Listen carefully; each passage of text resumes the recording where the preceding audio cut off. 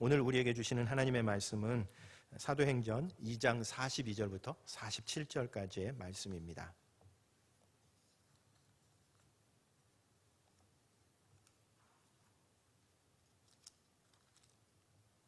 신약성경 190페이지 사도행전 2장 42절부터 47절까지의 말씀입니다.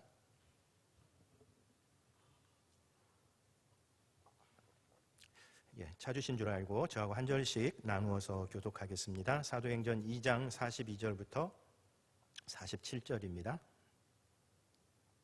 그냥 쭉 다 읽겠습니다. 토요일에는 그래야 이게 영상에 올라갈 때 조금 더 수월할 것 같습니다. 우리 다 함께 교독하지 않고요. 다 함께 한 목소리로 같이 읽도록 하겠습니다. 42절부터 47절입니다. 같이 읽겠습니다. 그들이 사도의 가르침을 받아 서로 교제하고 떡을 떼며 오로지 기도하기를 힘쓰니라.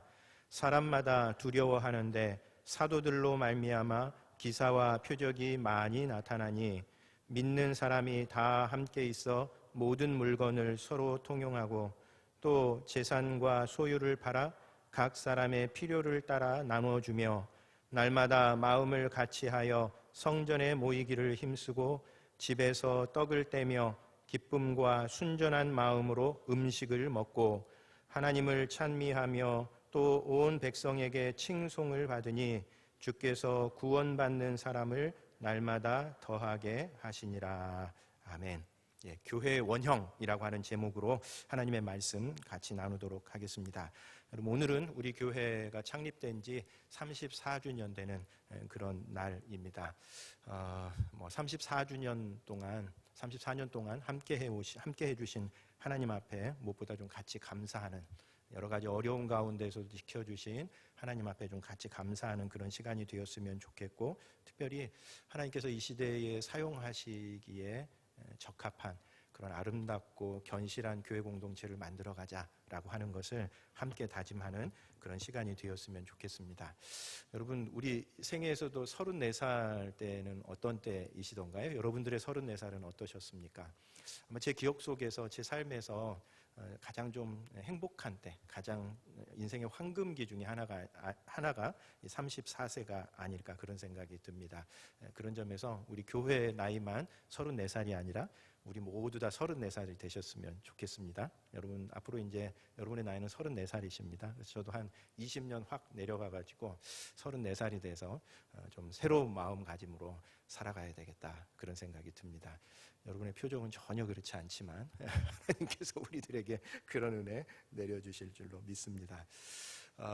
사실 우리가 34주년을 맞이하기는 하는데, 우리는 어떤 의미에서 낯설게 하는 그런 기간을 보내고 있습니다.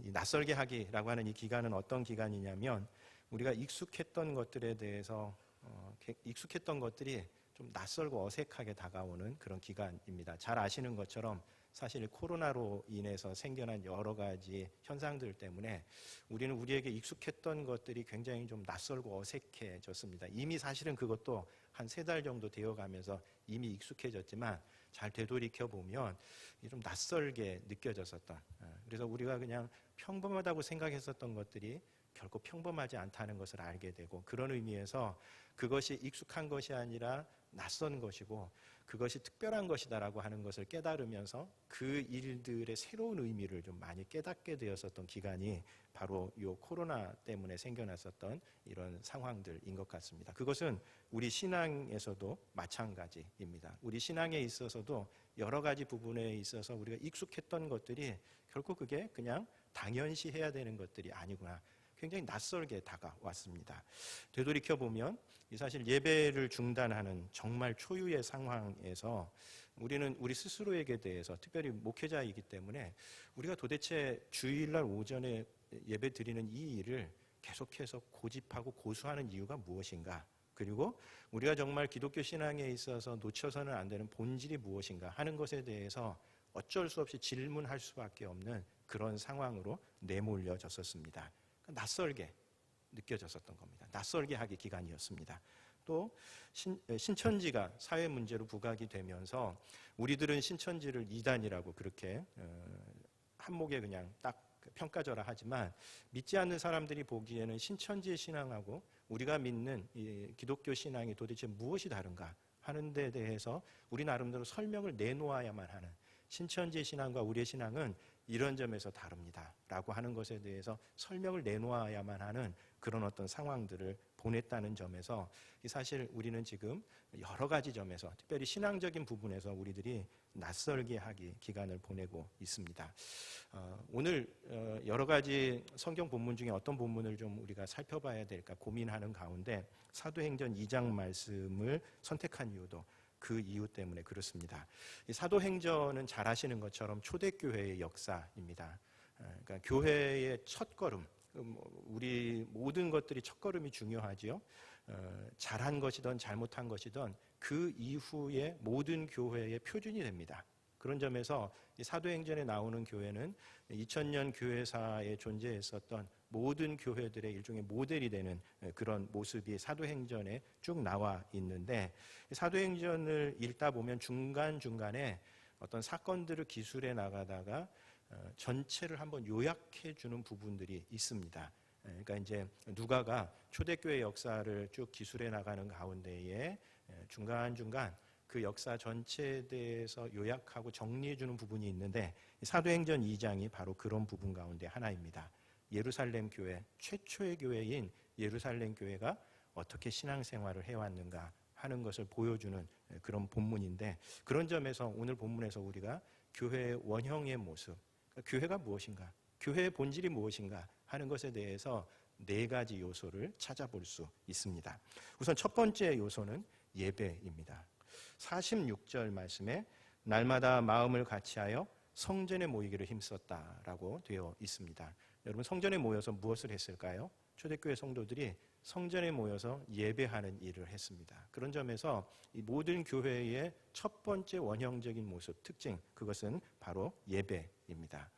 여러분, 뭐 예배가 왜 중요한가 하는 데 대해서는 입이 닳도록 들었기 때문에 그것을 반복하고 싶지는 않습니다. 우리가 잘 아는 것처럼 예배는 하나님께서 가장 기뻐하는 것이죠. 그리고 하나님께서 우리를 만드신 이유가 하나님을 찬송하게 하기 위해서, 하나님을 예배하기 위해서 우리를 만드셨다라고 그렇게 기록을 하고 있는 것을 볼 때에, 예배라고 하는 것은 우리 기독교 신앙에 있어서 가장 중요한 그런 요소입니다. 특별히 이 코로나 사태가 발생하면서 우리는 일상의 예배가 얼마나 소중한지를 깨닫게 되었습니다. 그렇죠? 우리가 일요일마다 아침에 와서 때로는 좀 귀찮아하면서 드렸었던 이 예배가 사실 참 소중한 것이구나, 그렇게 항상 예배할 수 있는 것이 아니구나라고 하는 것을 깨닫게 해주었다는 점에서 이 코로나 사태가 우리에게 준 어떤 신앙적인 유익이 있습니다. 그럼에도 불구하고 이 코로나 위기는 우리들에게 이 예배가 자칫 잘못하면 우리의 편의에 따라서 우리 마음대로 결정할 수 있는 것이 되어버릴 수 있는 그런 잘못된 신앙의 습성도 기를 수 있는 그런 여지를 우리들에게 마련해 주었습니다.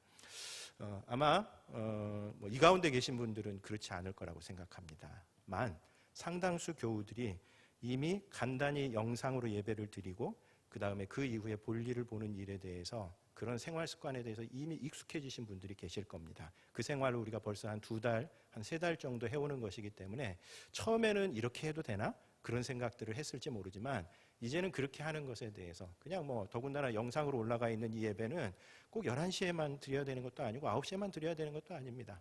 그냥 늦잠 자면 그냥 오후에 일어나가지고 대충 해가지고 영상 예배 보고 오늘 예배 드렸다 이렇게 생각할 수 있는 여지들이 우리 안에 굉장히 많이 생겨났을 겁니다. 사실 여러분들한테 하고 싶은 얘기는 아닙니다. 여러분들은 이 토요일 날 오전에 남들 오지도 않는 이 시간에, 더군다나 오늘은 비까지 오는데도 그 비를 뚫고 오신 분들이기 때문에 사실 이 이야기는 여러분들이 들어야 될 얘기가 아니라요, 영상으로 보고 있는 이분들이 좀 들어야 될 그런 이야기입니다.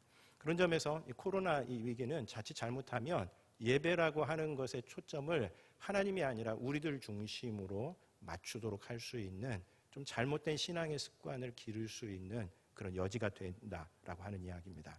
여러분, 이런 예배 방식의 문제가 무엇일까요?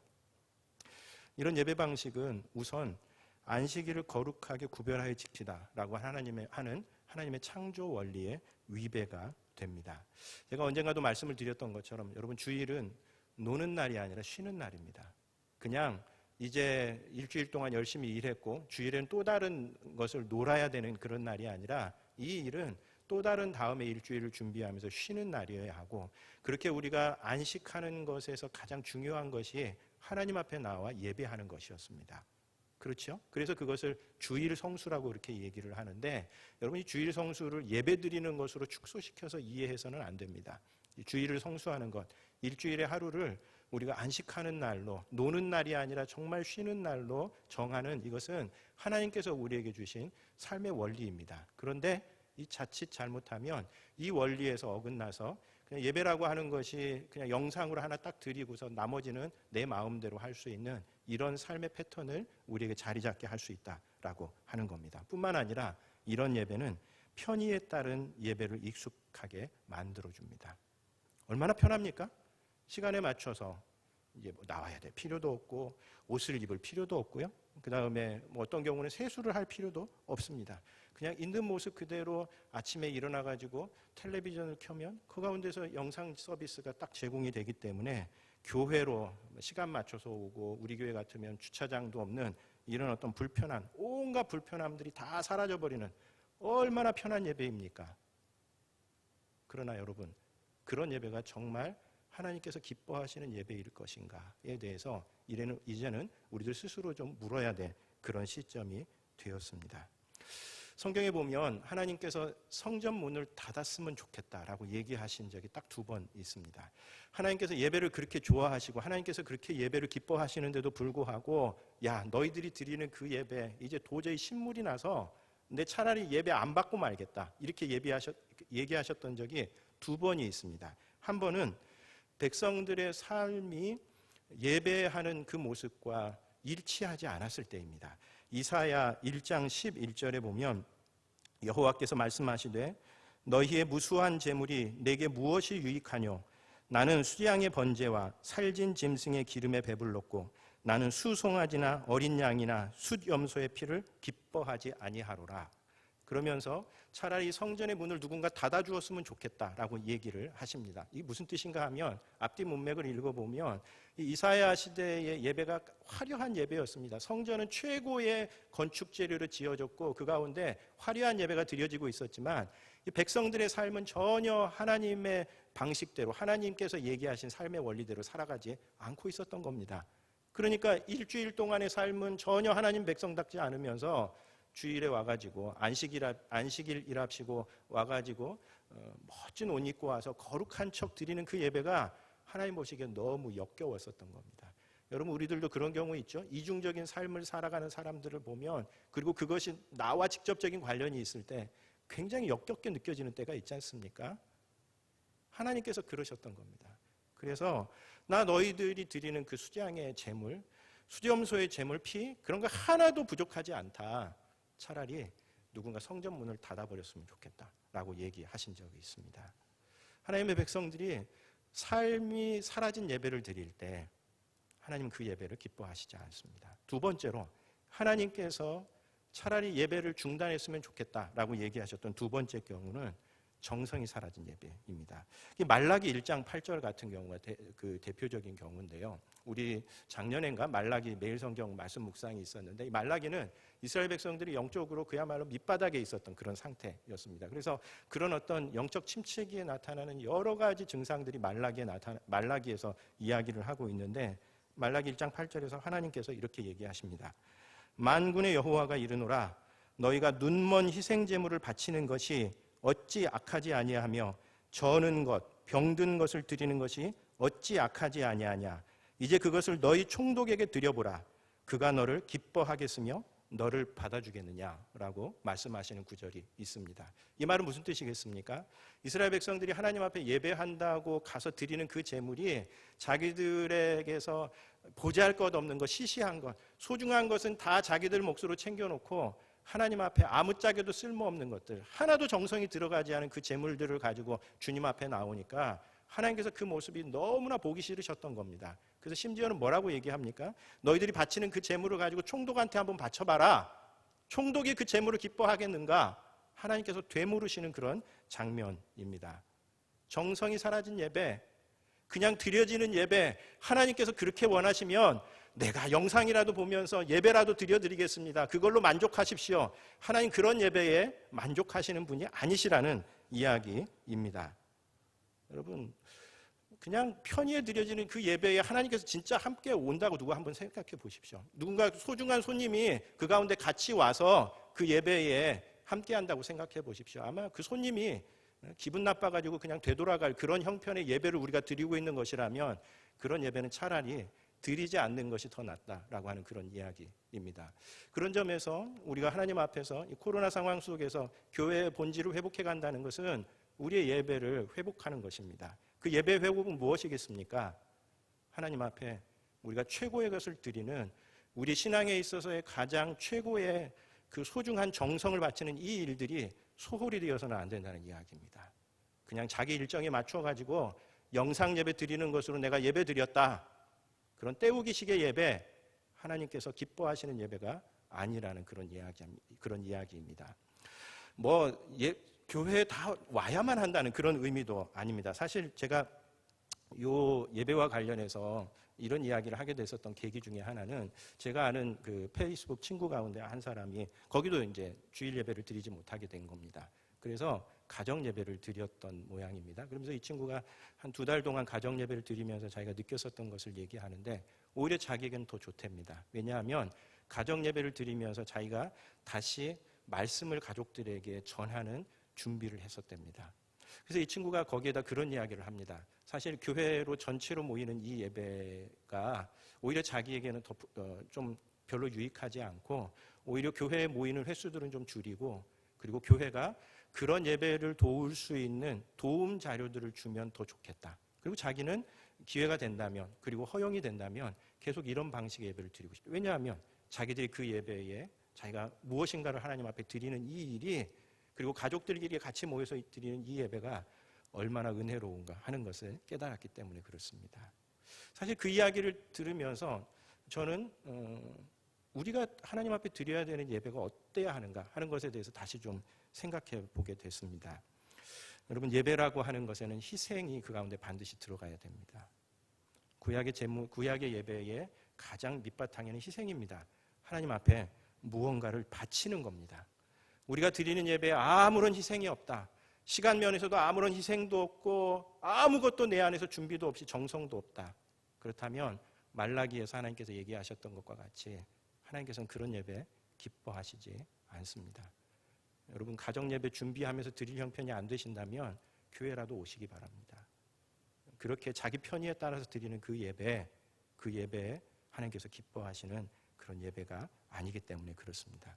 두 번째 요소는 말씀입니다.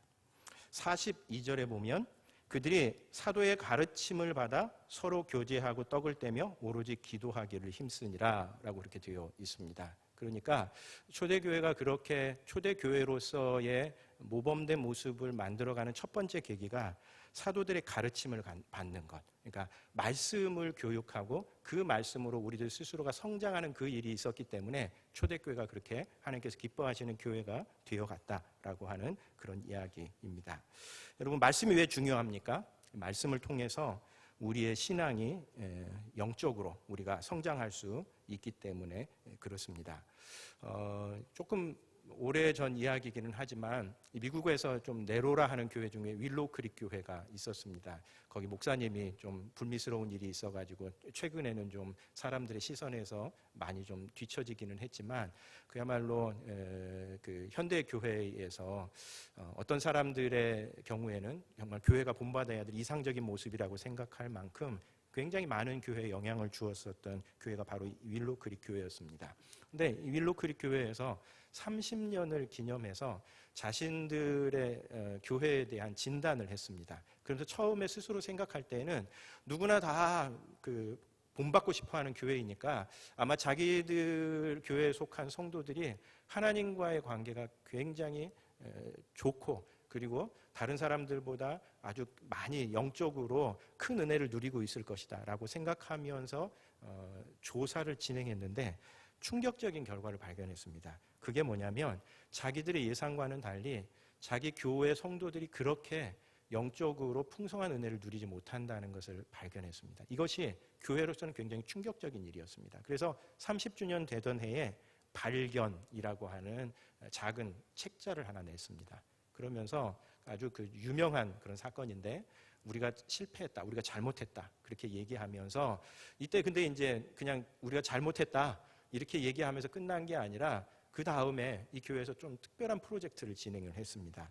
그래서 과연 영적 성장이라고 하는 것이 어떤 것이고, 그 영적 성장이 어떻게 일어나는지에 대해서 다른 교회들의 사례들까지 다 조사해가지고 프로젝트를 진행하면서 여러 가지 중요한 영적 성장과 관련된 몇 가지 결과물들을 내놨습니다. 저도 그 결과물들을 읽으면서 어떻게 보면 우리가 다 아는 내용입니다. 뭐 새로운 내용은 없지만 우리가 알고 있는 것이 역시 맞구나 하는 것들을 확인하는 그런 계기가 되었는데, 그 발견 중에 아주 중요한 것 하나가 모든 영적 성장의 단계에서 말씀이 가장 결정적인 요소다라고 하는 그런 결론이었습니다. 그러니까 사람들마다 신앙의 성장의 수준이 좀 다르죠. 어린아이 같은 그런 신앙이 있는가 하면 장성한 신앙이 있고, 그 다음에 정말 리더로서 다른 사람들을 돕는 신앙이 있는데, 이런 어떤 영적 성장의 모든 단계에서 하나님의 말씀을 묵상하느냐 묵상하지 않느냐라고 하는 것이 그 사람이 영적으로 계속 성장하고 하나님의 풍성한 은혜를 누리느냐 누리지 않느냐를 판가름하는 아주 결정적인 잣대가 된다라고 하는 그런 결과였었습니다. 무슨 뜻이겠습니까? 하나님의 말씀을 자기 스스로 배우고 묵상하려고 하는 노력을 하지 않으면 몇십 년 동안 신앙생활을 해도 똑같습니다. 하나도 잘하지 않습니다. 우리 주변에 보면 실제로 그런 사람들이 있습니다. 40년, 50년 교회 안에서 직분은 늘어납니다. 몇십 년 동안 신앙생활을 했으니 그래도 뭐가 되셔야 하지 않습니까? 이러면서 직분은 주지만 영적으로 하나님 앞에 하나도 잘하지 않는 사람들이 있습니다. 처음 예수 믿었을 때의 그 신앙 그대로 어린아이 같은 신앙으로 자라는 사람들이 있습니다. 가장 결정적인 이유가 뭐겠습니까? 하나님의 말씀을 배우고 묵상하려고 하는 그런 노력들을 기울이지 않기 때문에 그렇습니다. 그런 점에서 하나님의 말씀을 힘들더라도, 또 더군다나 우리 성경은 좀 어려운 말로 돼 있어가지고 쉽지 않지만, 그래도 그 말씀을 묵상하고 그 말씀을 통해서 무언가를 배우려고 하는 이런 노력들이 영적으로 우리를 건강하게 지켜주는 그런 울타리가 된다 하는 이야기입니다. 여러분, 묵상을 좀 어렵게 생각하시지 않으셨으면 좋겠습니다. 묵상 이렇게 얘기하니까 뭔가 구별된 공간에 들어가가지고 차분하게 모든 세상의 소리로부터 다 차단되어서 하나님의 말씀을 살펴보는 것이다. 우리 이 바쁜 현대생활 속에서 우리는 도저히 그럴 수 없다. 그렇게 생각하시는 분들도 있는 것 같은데, 그런 요소가 있지만 여러분, 사실 우리 묵상 너무 어렵게 생각할 필요가 없습니다. 왜냐하면 우리는 평생 무언가를 늘 묵상하면서 살아갑니다. 어떤 사람은 맨날 자식 묵상하면서 살아가는 사람이 있습니다. 어떤 사람은 맨날 돈 묵상하는 사람들이 있습니다. 제가 최근에 이 코로나 위기 때문에 경제가 어떻게 될 것인가 궁금해가지고 사실 유튜브 통해서 이제 경제 전문가들의 그런 진단 이런 것들을 몇 개 봤더니, 유튜브의 특성 가운데에 이 사람이 본 것과 관련된 것들을 막 이렇게 추천해 주잖아요. 주식과 관련된 영상이 엄청나게 뒤에 달렸었습니다. 그래가지고 이게 내가 뭐 무슨 주식인가 이렇게 생각하면서, 그래도 하도 요새 주식과 관련된 게 사람들에게 아주 뜨거운 이슈더라고요. 근데 그 가운데에 몇 개를 봤는데 주식 고수인 사람들의 영상을 보고 제가 느낀 게 되게 좀 많이 있습니다.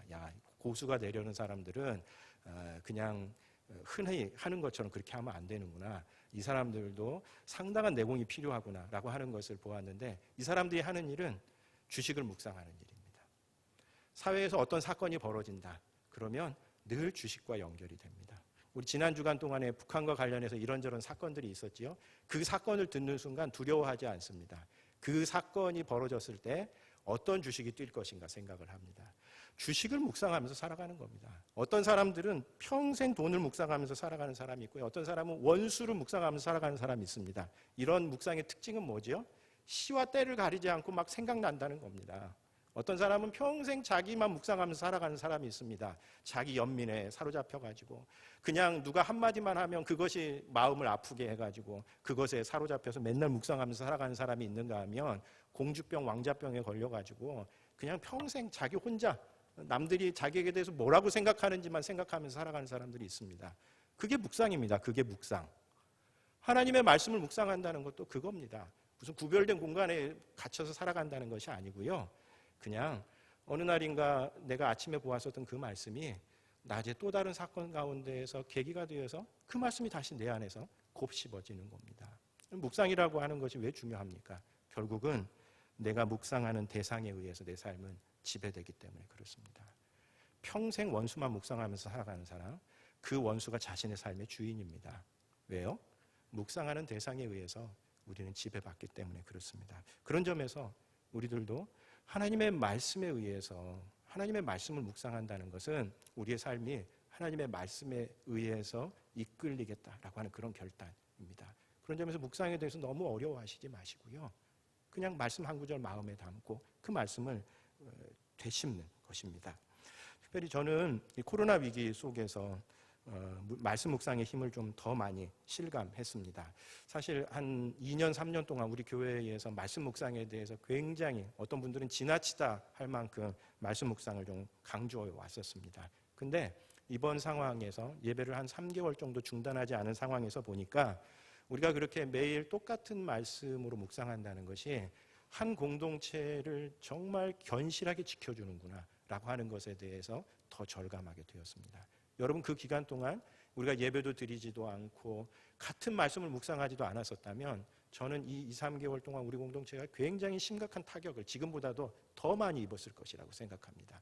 같이 모이지는 못하지만 어쨌든 그 말씀들을 함께 말씀을 보면서 그 말씀들 가운데에서 우리 개개인의 깨닫는 점들을 서로 나누는 것, 이것이 공동체를 건강하게 지켜간다는 점에서도 이 말씀 묵상이라고 하는 것이 한 교회 공동체를 진짜 건강하게 지켜갈 수 있구나라고 하는 것을 새삼 깨닫게 되었습니다. 여러분, 그런 점에서 건강한 교회를 이루기 위해서 특별히 무엇보다 자신의 영적 성장을 위해서 말씀 묵상을 시작하시는 여러분들 되시기 바랍니다.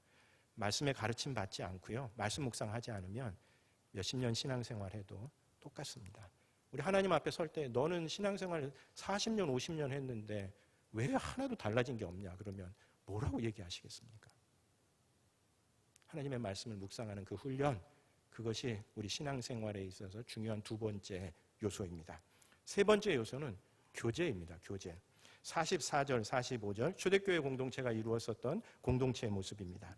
믿는 사람이 다 함께 있어 모든 물건을 서로 통용하고 또 재산과 소유를 팔아 각 사람의 필요를 따라 나눠주며, 46절에서도 날마다 마음을 같이하여 성전에 모이기를 힘쓰고 집에서 떡을 떼며 기쁨과 순전한 마음으로 음식을 먹고, 여기 46절에 보면 두 곳에서 모인 것을 기록하고 있습니다. 하나는 성전에서 모인 겁니다. 여기는 모든 교우들이, 예루살렘 교회에 속한 모든 성도들이 다 같이 모여서 예배하는 공간이었겠죠. 그리고 거기서 그치지 않고 집에서도 모였습니다. 집에서도 어떻게 했습니까? 떡을 뗀다는 것은 성만찬을 했다는 뜻입니다. 집에서도 예배를 드렸고, 그리고 기쁨과 순전한 마음으로 음식을 같이 나누는 이런 교제의 모습들이 예루살렘 교회에 살아남아 있었던 겁니다. 그런 점에서 이 교회의 원형의 세 번째 요소는 교제라고 하는 요소입니다. 그래서 흔히 요즘은 그것을 대그룹 모임, 우리가 이렇게 주일 예배에 함께 예배하는 이 대그룹 모임과 그 다음에 소그룹 모임, 성도들이 3, 3, 5 혹은 10명 내외의 성도들이 같이 모여서 함께 교제하는 이 두 개의 모임이 교회를 건강하게 지탱해가는 두 개의 기둥이고 두 개의 날개다, 이렇게 설명을 하고 있습니다. 틀림없습니다. 왜냐하면 우리가 이렇게 함께 모인 자리에서는 친밀한 교제가 일어날 수 없습니다. 이렇게 함께 모인 자리에서는 얼마든지 가면을 쓸 수 있습니다. 우리가 그 가면들을 다 벗고 하나님 앞에 진실하게 설 수 있는 공간이 우리에게 다 필요한데, 그것이 신앙생활의 세 번째 요소, 바로 친교라고 하는 요소입니다. 사실 코로나 위기 때문에 흔히 이제 그걸 언택트라고 그렇게 이야기합니다. 그러니까 더 이상 대면, 친밀한 대면을 하지 않는 삶의 방식이 익숙해졌다라고 그렇게 생각을 하지만, 그러나 이런 언택트의 필요가 더 많을수록 사실은 우리들의 마음 속에서는 진실한 공동체에 대한 요구는 더 높아질 겁니다. 왜요? 사람은 자기 혼자서 살아갈 수 있는 존재가 아니기 때문에 그렇습니다. 그런 점에서 저는 이 코로나 상황은 우리들로 하여금 관계를 정리하는 그런 계기가 된다고 생각합니다. 내 안에서 정말 중요한 관계가 무엇인지를, 그리고 내 안에서 불필요한 관계가 무엇인지를 생각하면서 정리할 수 있는 그런 의미에서 언택트입니다. 언택트.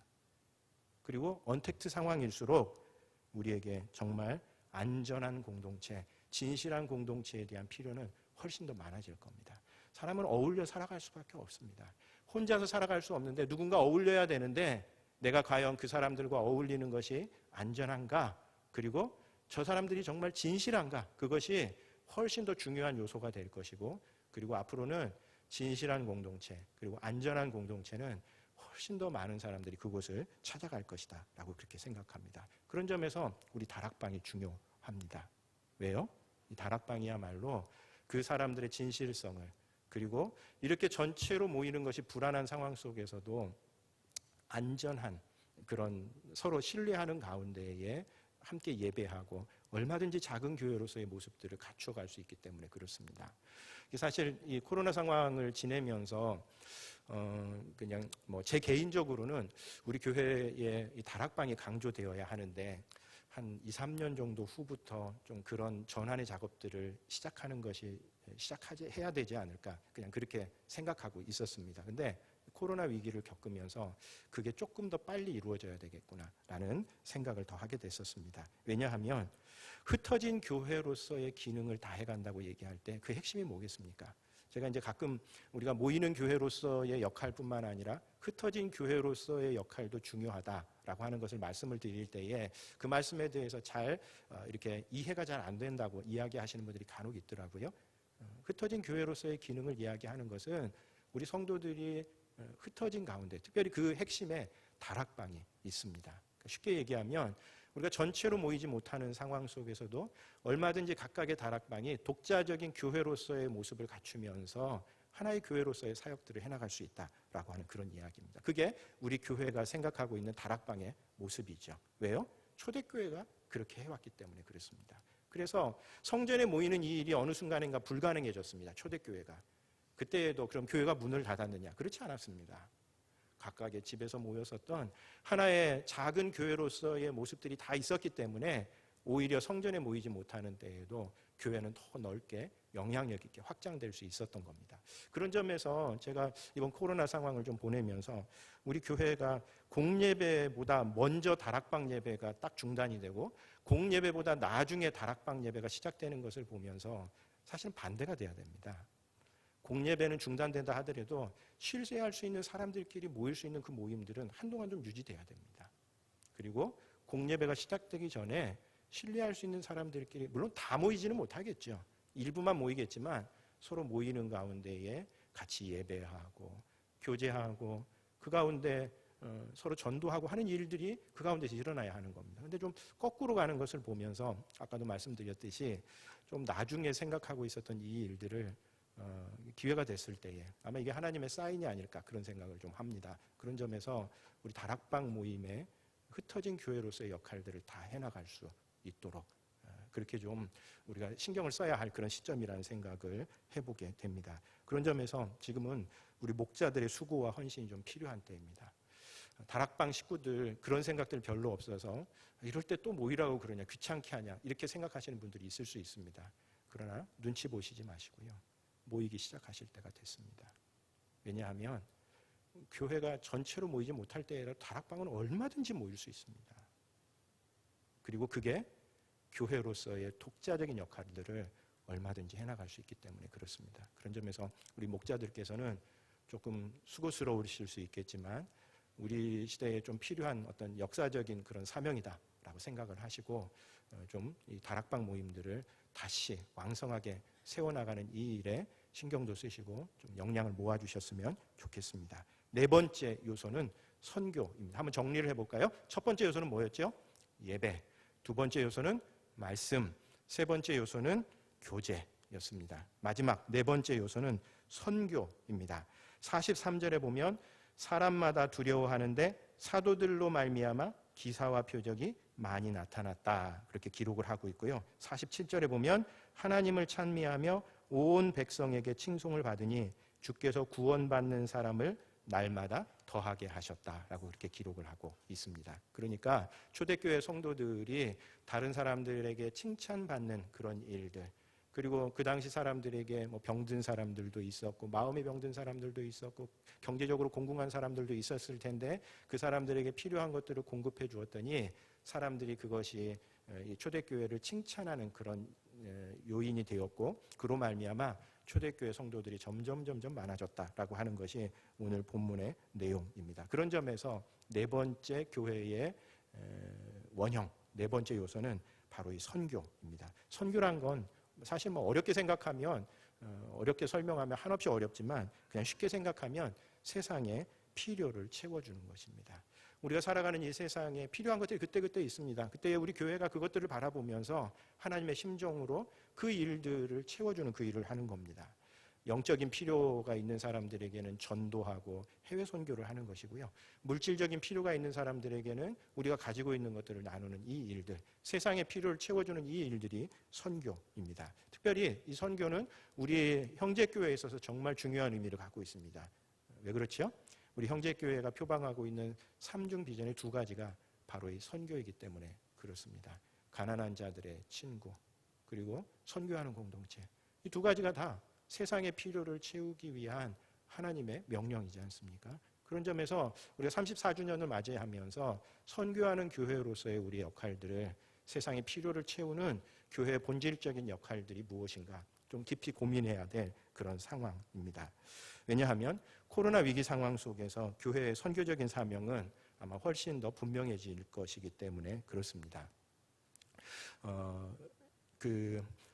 코로나 전문가들이 예상하는 코로나 시나리오가 있습니다. 이 시나리오는 어떻게 나온 것이냐면 그동안 한 5번, 6번 정도의 팬데믹이 우리에게 있었다고 합니다. 20세기가 시작되면서 예를 들면 1918년에 스페인 독감이 있었고 1958년에 그 아시아 독감이 있었고 해서 한 5번 정도의 지금 이 코로나와 비슷한 팬데믹 현상들이 이미 그 이전에 있었답니다. 그러면서 그 4번 혹은 5번의 이 그런 사태를 겪으면서 나름대로 그 안에서 드러난 패턴이 있습니다. 그래서 그 패턴을 따라서 아마 이 코로나 바이러스도 진행이 될 것이다 라고 그렇게 예상을 한다고 합니다. 왜냐하면 이전에 그랬기 때문에. 물론 각각의 상황들이 다 그 패턴을 따라간다든지 뭐 절대적인 어떤 그런 권위를 갖지는 않지만 그러나 대체로 예상을 할 수 있답니다. 그런데 그 5번 정도 혹은 6번 정도의 팬데믹이 아주 공통된 패턴이 있는데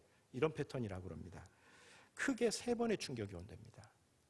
우리 기억 속에서는 한 번이라고, 뭐 스페인 독감 이런 경우 한 번이라고 그렇게 생각하지만 사실 잘게 나눠보면 3번의 큰 파동이 있었답니다. 근데 이제 우리 기억 속에는 그게 하나로 기억이 될 뿐이고 실제로는 3번의 큰 파동이 있었다고 그럽니다. 그 이후에도 마찬가지였었다고 그럽니다. 언젠가 우리 질본에서 가을이나 겨울쯤 다시 코로나가 확산될지 모르겠다라고 생각하는 거 저는 처음엔 좀 이해가 잘 안 됐습니다. 왜냐하면 지금 이렇게 통제되고 있으면 뭐 다른 나라들이 잦아지면 그대로 그냥 종식되는 거 아닌가 생각했는데 전문가들은 그렇게 생각하지 않는다고 합니다. 왜냐하면 이전에 있었던 팬데믹들이 다 그런 패턴을 가졌기 때문에 한 번의 충격이 가신다라고 생각했는데 2번째, 어떤 경우는 3번째까지 충격이 갔답니다. 그리고 이 3번의 충격 가운데에서 2번째 충격이 가장 컸고요. 그리고 그 다음에 컸었던 것이 3번째 충격이었다라고 그렇게 얘기를 합니다. 물론 이게 절대적인 것은 아니라고 합니다. 각각의 상황마다 좀 다르고요. 그리고 한 나라가 어떤 경우는 첫 번째 충격받고 그 다음에 뭐 2번째 충격을 비껴가고 그런 경우도 있다고 합니다. 다만 지구촌 전체로는 그런 패턴을 그렸답니다. 그 말은 무슨 뜻이겠습니까? 지금 우리는 첫 번째 이 충격을 겪고 있는 겁니다. 이 첫 번째 충격을 상당히 성공적으로 통제해 가고 있기는 하지만 이것이 끝이 아닐 가능성이 굉장히 높다는 겁니다. 저는 이 이야기를 보면서 요셉이 해몽해 줬었던 그 바로 왕의 꿈이 생각이 났습니다. 여러분 창세기에 보면 감옥에 갇혀 있었던 요셉이 총리로 일약 등극하게 되는 계기가 무엇이었죠?